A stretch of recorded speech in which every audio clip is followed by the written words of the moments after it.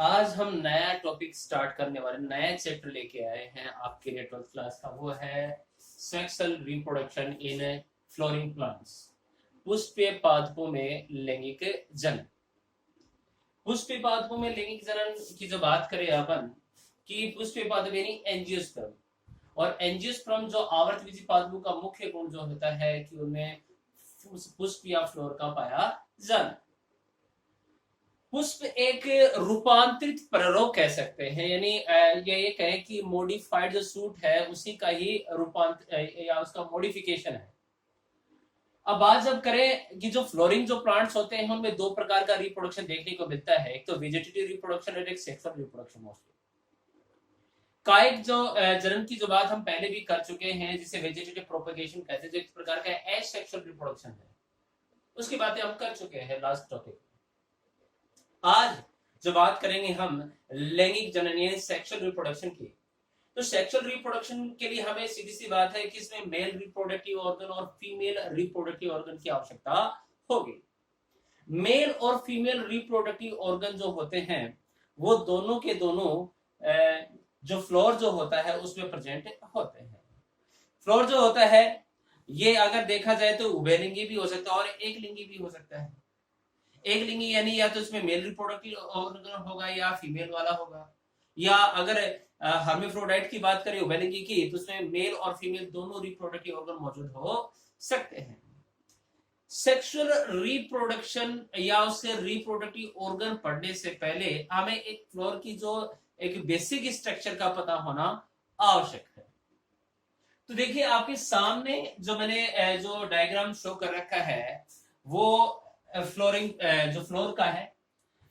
आप इसमें देखेंगे कि एक कंप्लीट जो फ्लोर होता है उसमें 4 चक्र पाए जाते हैं।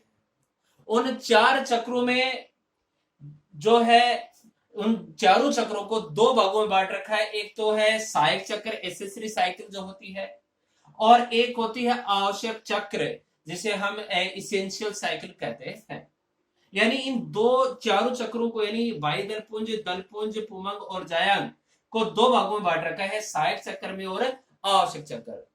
यानी 2 बाहर के जो चक्र होते हैं वो सहायक चक्र होते हैं जिसमें बाह्य दलपुंज यानी कैलिक्स और कोरोला आते हैं, और इसके अंदर की ओर अगर देखिए 2 चक्र और पाए जाएंगे जिसमें पुमंग यानी एंड्रोएशियम और दूसरा होता है जायांग या गायनोसियम में पिस्टिल पाई जाती है।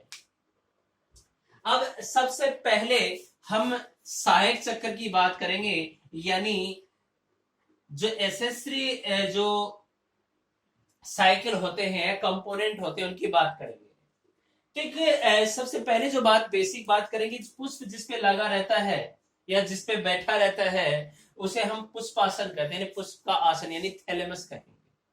और उसके नीचे की ओर एक वृंत नुमा एक पतली संरचना पाई जाती है जिसे हम पुष्प वृंत कहते हैं, जिसकी सहायता से ये पुष्प पादप के किसी भी शाखा या तने से लगा रहता है। अब आगे बढ़ते हैं, तो सबसे पहले सहायक चक्र में हम बाहर की तरफ चलते हैं। यानी आप देखेंगे किसी भी फ्लोर में बाहर की तरफ आगे के बेसिक स्ट्रक्चर देखेंगे तो हरी संरचनाएं नजर आती हैं। उस पूरी चक्कर को हम बाह्य दलपुंज या कैलिक्स कहेंगे। और यदि एक इंडिविजुअल उसका एक अंग अगर हम लें, एक कंपोनेंट अगर लें, तो उसे हम बाह्य दल या हम सेपल के नाम से जानते हैं। अब बात आती है इसका कार्य क्या है। कार्य अगर देखा मोस्टली तो हरे रंग के होते हैं, तो इनमें ये प्रकाश संश्लेषण करने की क्षमता इनमें पाई जा सकती है। दूसरी बात अगर हम करें, ये अंदर के जितने भी अंग होते हैं उनको प्रोटेक्ट करने में काम करते हैं। कुछ फ्लोर ऐसे भी होते हैं जिनमें ये रंगीन होते हैं, यानी ये पोलिनेशन में भी हेल्प कर सकते हैं, यानी ये विभिन्न प्रकार की इंसेक्ट्स को अट्रैक्ट करने में भी हेल्प करते हैं। बात आगे करें तो इसका दूसरा जो चक्र होता है, ये कहूंगी सहायक चक्र का दूसरा कंपोनेंट होता है, यानी बाहर से दूसरा चक्र, वो जो एकदम रंगीन होता है, या बड़े बड़े आप जो देख रहे हैं रंगीन जो पोर्शन होंगे यहाँ पर, ये कहलाते हैं, ये संपूर्ण जो चक्र जो कहलाएगा दलपुंज या कोरोला, और अकेले सदस्यों को हम पेटल या दल कहते हैं, और सामान्य भाषा में इसे पंखुड़ी के नाम से भी जाना जाता है। ये मोस्टली कलरफुल होते हैं, इनमें विभिन्न प्रकार के वर्णक पाए जाते हैं जिसकी वजह से ये कलरफुल होते हैं। ये आकर्षक रंग के होते हैं, इसलिए कीट जो पतंग जो होते हैं, इंसेक्ट जो होते हैं, इनसे अट्रैक्ट होके आते हैं और ये इस प्रकार से, ये कहने का मतलब ये पोलिनेशन यानी परागण में हेल्प करते हैं। बात आगे करते हैं, ये दो थे आपके सहायक चक्र की बात कर लिया। बात करते हैं आवश्यक चक्र की।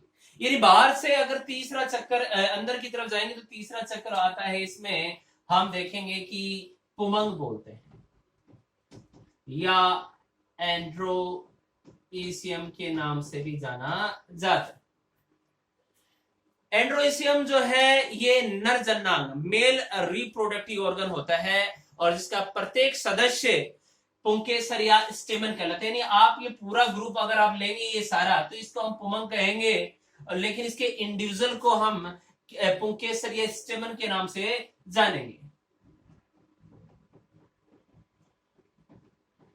इसके बारे में आगे भी हम चर्चा करेंगे, लेकिन इसमें अगर आप देखें तो इसके 3 कंपोनेंट होते हैं पुंकेसर के। आपको ये ऊपर जो फूली हुई संरचना आपको जो नजर आ रही है, जिसे हमने यहाँ पे भी इंडिकेट किया है, इसको परागकोश या एंथर कहते हैं।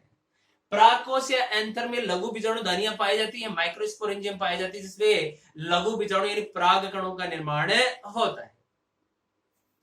ये मोस्टली 2 पालियां होती हैं, इन दोनों को जोड़ने वाला बीच में जो संयोजी ऊतक होता है उसे योजी या कनेक्टिव कहते हैं, जिसका सेकंड पार्ट होता है, और जिसकी सहायता से ये पुष्पासन से जुड़ा रहता है उसे पुतंतु या फिलामेंट कहा जाता है।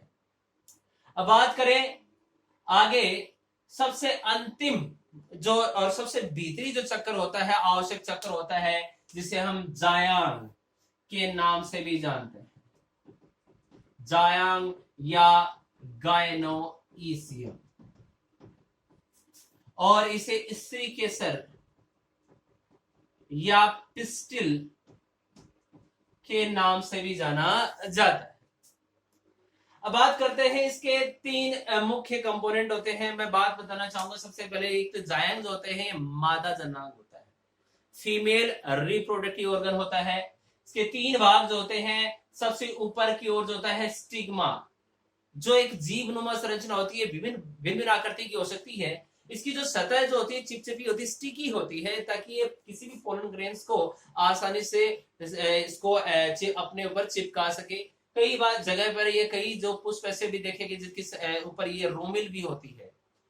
यहाँ पर जो परागकण आकर अंकुरित होते हैं और पराग नलिका पोलन ट्यूब का फॉर्मेशन करते हैं। अगला जो आता है, इसमें दूसरा भाग जो आपको नजर आता है, एक पतली ट्यूब लाइक स्ट्रक्चर आपको जो नजर आ रही है, इसे वर्तिका या स्टाइल कहते हैं। इस स्टाइल के माध्यम से ही आगे की ओर पोलन ट्यूब आगे बढ़ती है। सबसे नीचे की ओर जो आपको घड़ेनुमा संरचना आपको नजर आ रही है, इसे अंडाशय या हम ओवरी कहेंगे, जिसके अंदर आपको जो है अंडप या ये बीजांड या ओव्यूल आपको पाए जाएंगे, जहां पर इसके अंदर ब्रोंकोस पाए जाएंगे, जहां पर ये जो नवयुग्मक है इस पोलन ट्यूब की सहायता से अंदर जाते हैं और निषेचन की क्रिया को संपन्न करते हैं। आफ्टर फर्टिलाइजेशन अगर देखा जाए तो ये जितने भी सहायक चक्र है ये सारे रिड्यूस्ड हो जाते हैं, डिजनरेट हो जाते हैं, हट जाते हैं। उसके बाद में केवल यहाँ पर जो अंडाशय जो होता है ये फल में रूपांतरित हो जाता है और इसकी जो बीजांड है वो बीज में परिवर्तित होता है और फल का निर्माण हो जाता है। ये सारी प्रोसेस हम इसी कंप्लीट चैप्टर में हम पढ़ने वाले हैं। सबसे पहले हम फीमेल मेल रिप्रोडक्टिव ऑर्गन के बारे में पढ़ेंगे, फिर हम फीमेल रिप्रोडक्टिव ऑर्गन के बारे में कंप्लीटली पढ़ेंगे। इसके बाद में मेल गेमेट और फीमेल गेमेट कैसे बना उसके बारे में जानकारी लेंगे। फर्टिलाइजेशन और आफ्टर फर्टिलाइजेशन जितने भी पोस्ट फर्टिलाइजेशन जितनी भी एक्टिविटीज होती हैं उनके बारे में स्टडी करेंगे। Thank you.